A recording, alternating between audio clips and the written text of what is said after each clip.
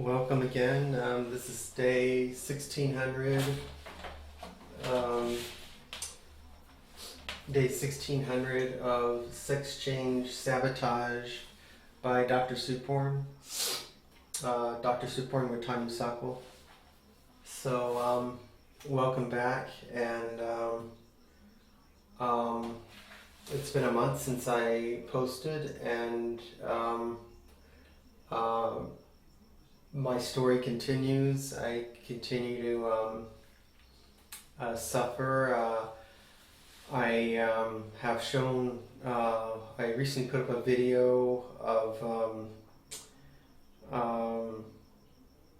my groin, and I'm so far I've only posted photos and a thermography video. Today I posted a live video, a real video, not a thermography video, and I hope it shows the viewer loss of elasticity in my groin, which would be consistent with embalmed tissue that has no life in it, maybe a little bit rubbery, and less elastic. And I use the term elasticity in analogous to a queen size bed that has that mattress where the wine glass is on one side and the person's jumping on the other side, and the wine glass doesn't spill. The bed has elasticity because it stretches, and it bends and stretches and isolates the one area of the bed from the other. If the mattress was hard, it wouldn't be stretching, and as soon as you step down on one end of the bed, the surface of the bed wouldn't stretch and would bring down other parts of the bed as well, including the wine glass. So that's elasticity. That's what I'm calling elasticity. Certainly, whether it's embalmed tissue or live tissue, there's always going to be a certain amount of rubbery qualities to it. But I believe there's a difference between at least in a video of someone pulling on tissue. I believe there's a difference between the two. It's sort of a fine line. It's something that the eye has to look at, and you'll have to make the judgment yourself and compare it to what you normally would see, either looking at your own body or looking at someone else's body.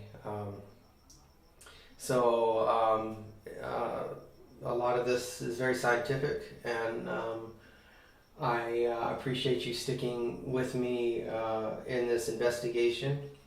It's my investigation because no one will stand up for me. So I'm going to proceed. The video is on Flickr, so I will put a link on the description area for the video, and 1600 days, and I think that's about 4 years and 4.5 years. So July 31st, 2009, I was summoned to Dr. Suporn's office a day after I sent an email to a friend kidding that I was a cross-dresser donating my genitals to research. I believe Dr. Suporn decided to preempt my desire to donate my genitals to research by injecting me with a embalming fluid and embalming my groin, at least embalming my vulva immediately, and since then, over 4 years, it's grew throughout it's it's spread throughout my groin, and so not only are my genitals embalmed and dead, but my groin is that way as well. So we'll see how long it goes. How long can people out there ignore my problem? And do I have to die? Is that when someone's going to be responsible? Someone's going to step forward and say, "Hey, I don't think this is right." You know. Hopefully that won't happen. I'm a productive member of society. I never did drugs beyond experimentation in high school. Don't have a criminal history. Have an engineering degree and work experience as an engineer in aerospace, and I can play a musical instrument, drums. So I do play a drum set, and all those things I hope will combine to spell out to others out there that I'm somebody who deserves to be spared, doesn't deserve what's happening to me, doesn't deserve for this doctor to get away with it the way it's happening now. There's no doctor currently that has admitted to what's going on. Today is the nail in the coffin for me. It's but the thermograph was a very compelling evidence, but I told you I would post a video with me pulling on my tissues showing loss of elasticity, and I think that's the nail in the coffin. So today is day 1600. I didn't work out for this to be an even day. I just I get these numbers by plugging two dates into a website and getting a number, and it came up as 1600. So from July 31st, which was a Friday of 2009, to today, that's 1600 days. So I want you to look at the video and tell me what you think. If you think I have enough evidence, if you're a lawyer and you think I have enough evidence, please step forward, and especially if you're living in Los Angeles, if there's anyone that is expert in Thai law or international law, please step forward. I am currently afraid of going to Thailand. I don't trust their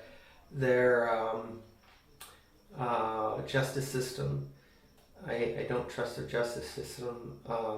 I think they would be more inclined to have me arrested for defamation of a doctor and put away for life, or maybe the death penalty or whatever they have over there, and prevent me from talking about what's going on in their medical system. And I don't believe all doctors in Thailand, I do not believe all doctors in Thailand are doing what Dr. Suporn's doing, but I believe it's possible that if he isn't stopped, that someone else is going to get hurt, or maybe someone else has gotten hurt, just hasn't stepped forward. I could easily see somebody that didn't have my knowledge, my investigative techniques, that would decide that it was a lost cause, that they would never be able to expose what Dr. Suporn's doing, that they would rather die and commit suicide, not necessarily in that order, commit suicide and die, giving up on this monumentous effort. It takes a lot of courage, a lot of energy to make it through this embalmment. This is in vivo embalmment. It's not someone dying and then the body's getting embalmed. It's somebody deciding to embalm a part of your body while you're still alive. And so that's what in vivo means. It means in a live body. So I don't know if this is unprecedented. If there's another case out there, I couldn't find it. I've seen accidents. I've researched and found, I haven't seen them. I read about accidents happening with doctors getting formaldehyde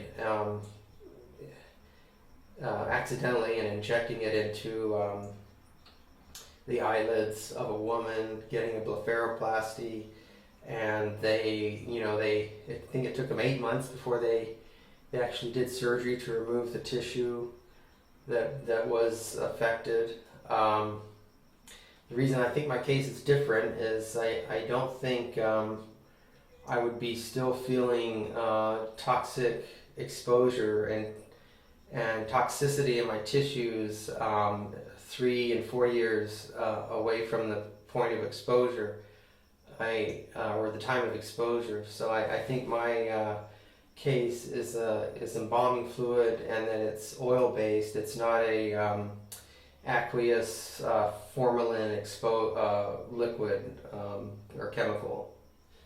So my case is intentional hurt, and when you want to hurt somebody, you can do a better job than the doctor that accidentally injected formalin into a lady's eyelids, and that was because the nurse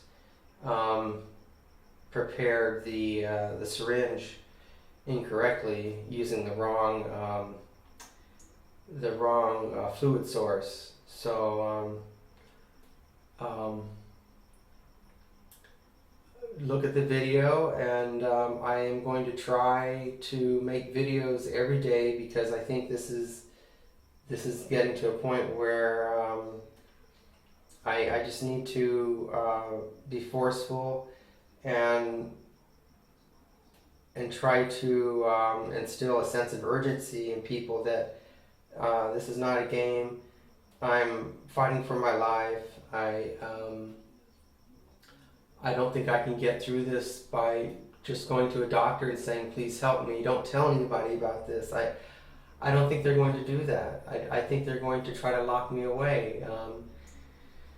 They even tried to do that once already, and I had to threaten to take them to court, and I got released before I went to court, and I just didn't have the courage or the energy to try to fight that battle because I had no evidence at the time that what I was going through was sex change sabotage. I knew what was going on, I could feel it, but I didn't have any evidence. So today I have evidence, and I have to hold this up here because it won't stay, it'll fall off. So that's why I'm standing like this. But what is it going to take for people to talk about my case? I still have 10 subscribers to my channel. Somebody commented negatively or voted down, did a thumbs down on my previous video. So that's understandable. I'm not really approaching this as forcefully and convincing as I can, and that's going to change. I'm going to be doing something every day from now on. It's just going to be a barrage of cries for help and denouncing the lack of support, the lack of feedback, the lack of answers. So I went from complications 4 years ago, 1,600 days ago, complications to now, and it all went all the way from, did this happen to me? And no, this didn't happen to you. You're crazy. You're insane.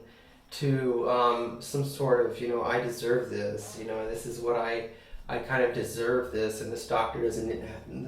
He did everything he's supposed to do right. He's supposed to inject people with formaldehyde or embalming fluid. So I did make a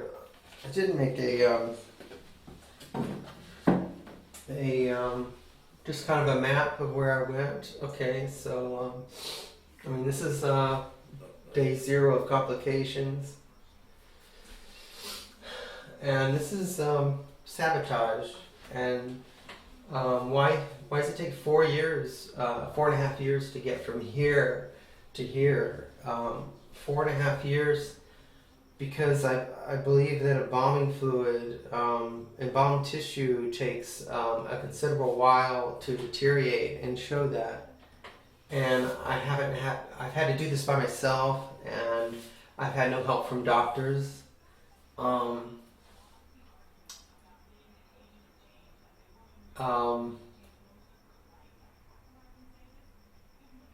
So I've had no help from doctors, no real help.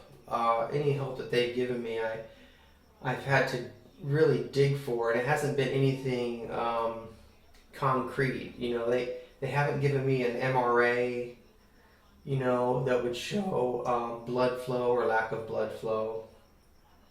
So I did it myself with a thermograph. I took tissue photos of my groin over 3 years to show tissue deterioration. And today I posted a video showing loss of elasticity. In other words, rubbery tissue. And I think that considering what I've had to go through, whether it took 4 years or 4.5 years, I don't think that should be a big issue considering what I've had to go through. So complications, I was concerned. I asked questions of Dr. Suporn. I was told that I worried too much, and that they would that I worried too much, and they would recuse themselves from my care if I sought a second opinion. That resulted in fear. This is about a week after complications, and in the middle of that, I got banned from asking more questions. So I was prevented from asking more questions. I was threatened for them to wash their hands of me, and they said I worry too much. Some of the people in here said I was insane. So I was very fearful here. And so 3 years, I sought some doctors in here for help and never got anything. And so out here we got all the photos together, and we can show tissue deterioration over a long period of time. Embalmed tissue takes longer for the body to absorb than regular dead tissue. Okay, so the reason I drew this is because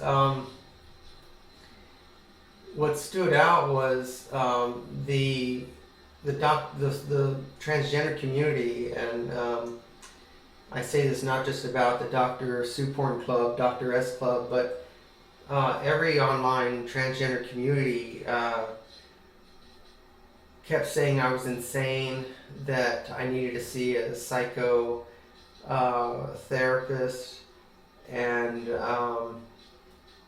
that there was no reason why a doctor would do this, because there was no reason that I didn't deserve the chance to talk about what I went through. There's a lot of things that happened in this first week that are pretty scary that I haven't talked about because no one would have believed me. But that's the kind of story that is behind this whole thing. Is what is it like to go through 30 days in Thailand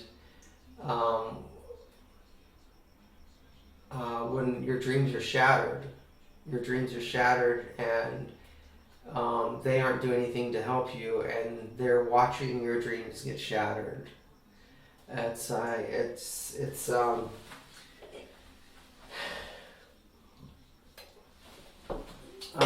I told somebody I thought that was a form of torture. That what I went through in Thailand was nothing less than torture. Okay, so if Dr. Suporn is injecting me with formaldehyde or an embalming fluid in Thailand, and he knows he's doing this, and I believe he knew. Um,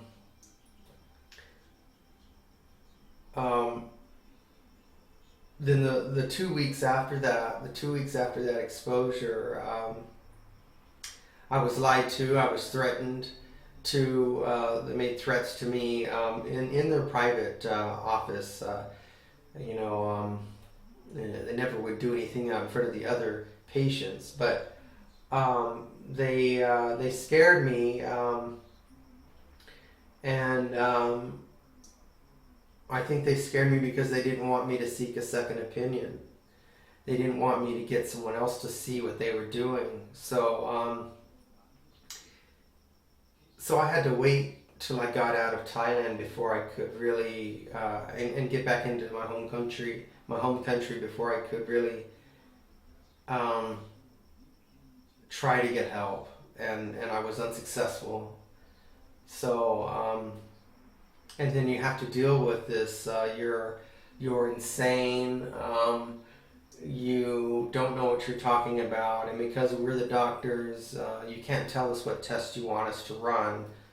And even though you know what you're saying is pretty dire and it's an emergency situation to be exposed to formaldehyde, you know we're not going to order a test to rule it out, but because we just don't want to, you know, and you can't order the test to prove otherwise. So my story is pretty deep, and I think it needs to be told, and I hope I can answer any questions that people have. There has been no questions. No one's posting questions, real questions about, you know, how did this happen. You know, I still have vivid memories of Thailand and what it was like, what some of the people were like. One nurse I have suspicions about. I don't know her name.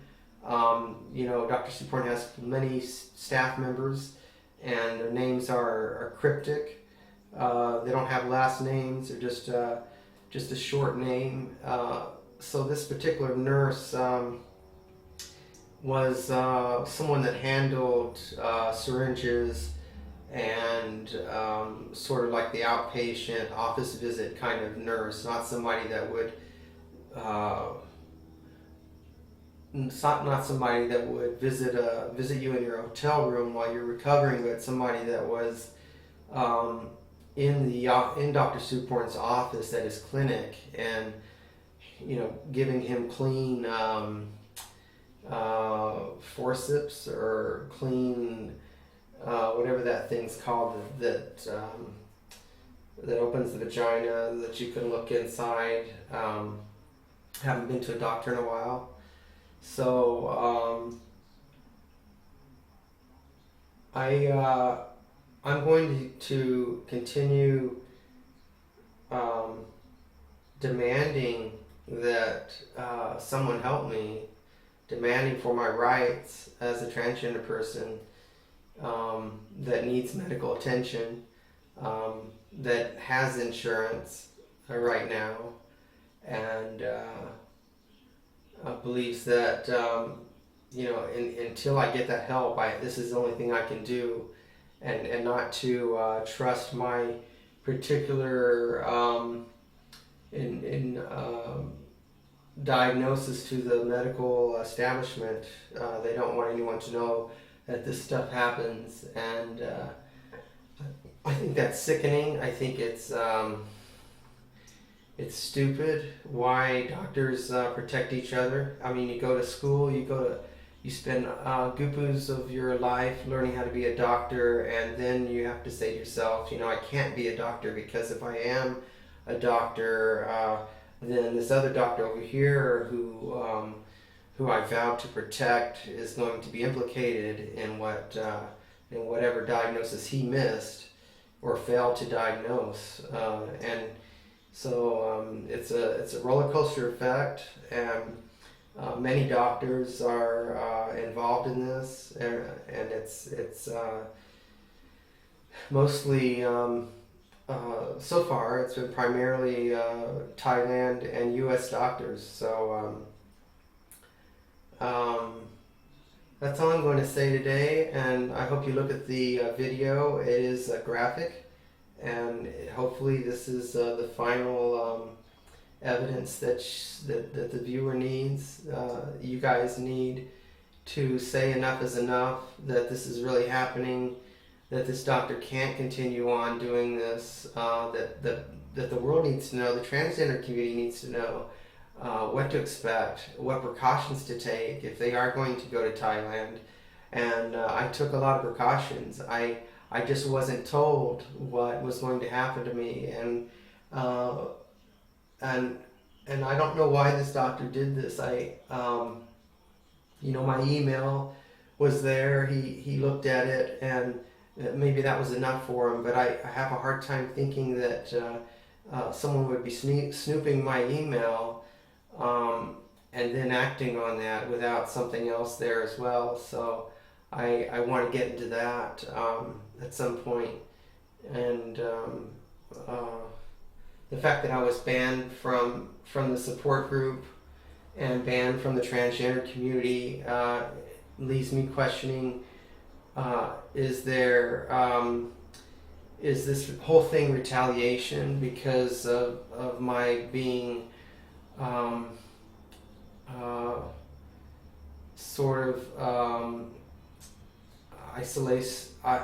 isolated and an outcast, and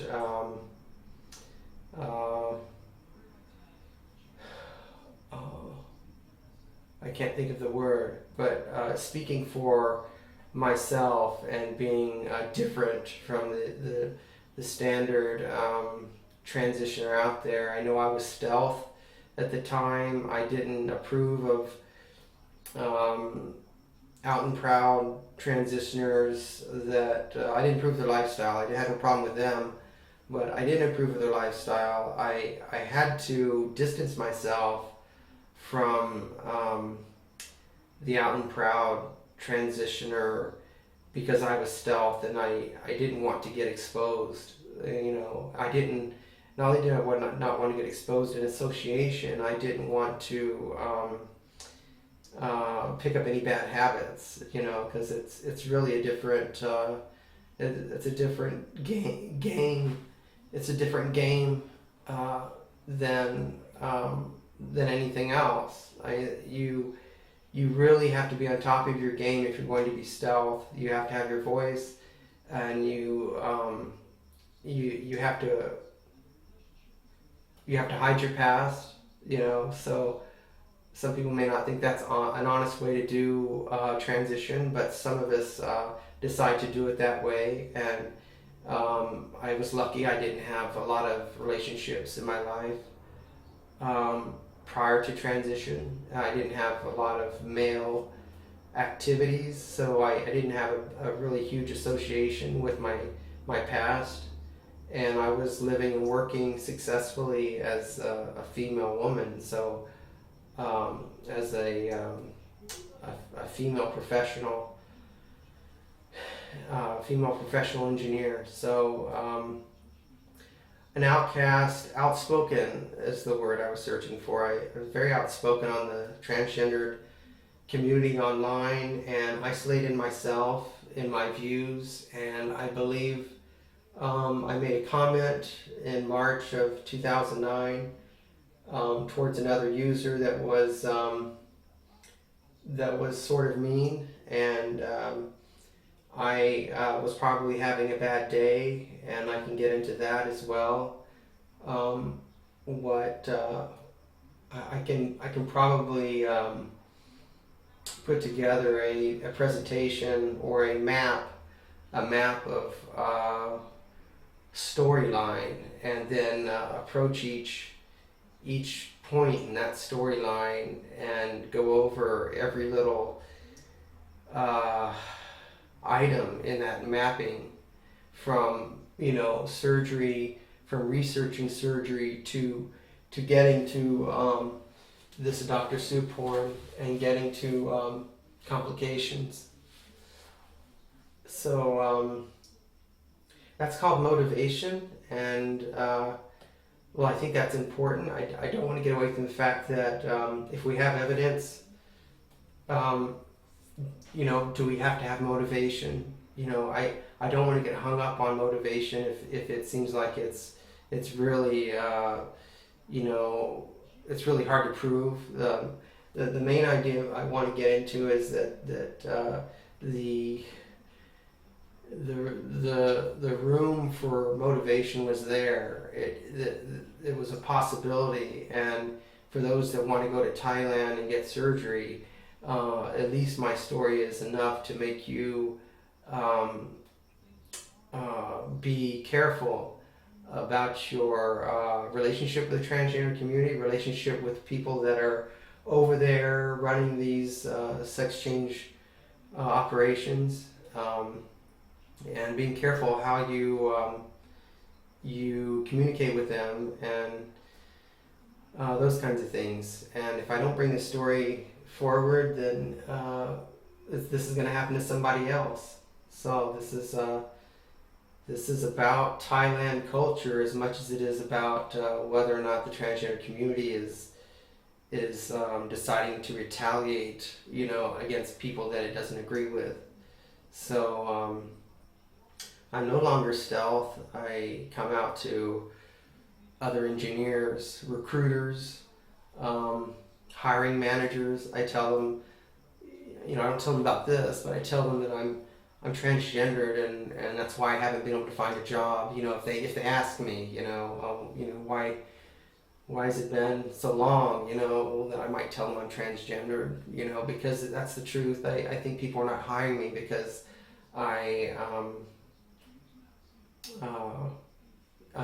I'm somebody that they don't approve of, regardless of whether it's legal or not.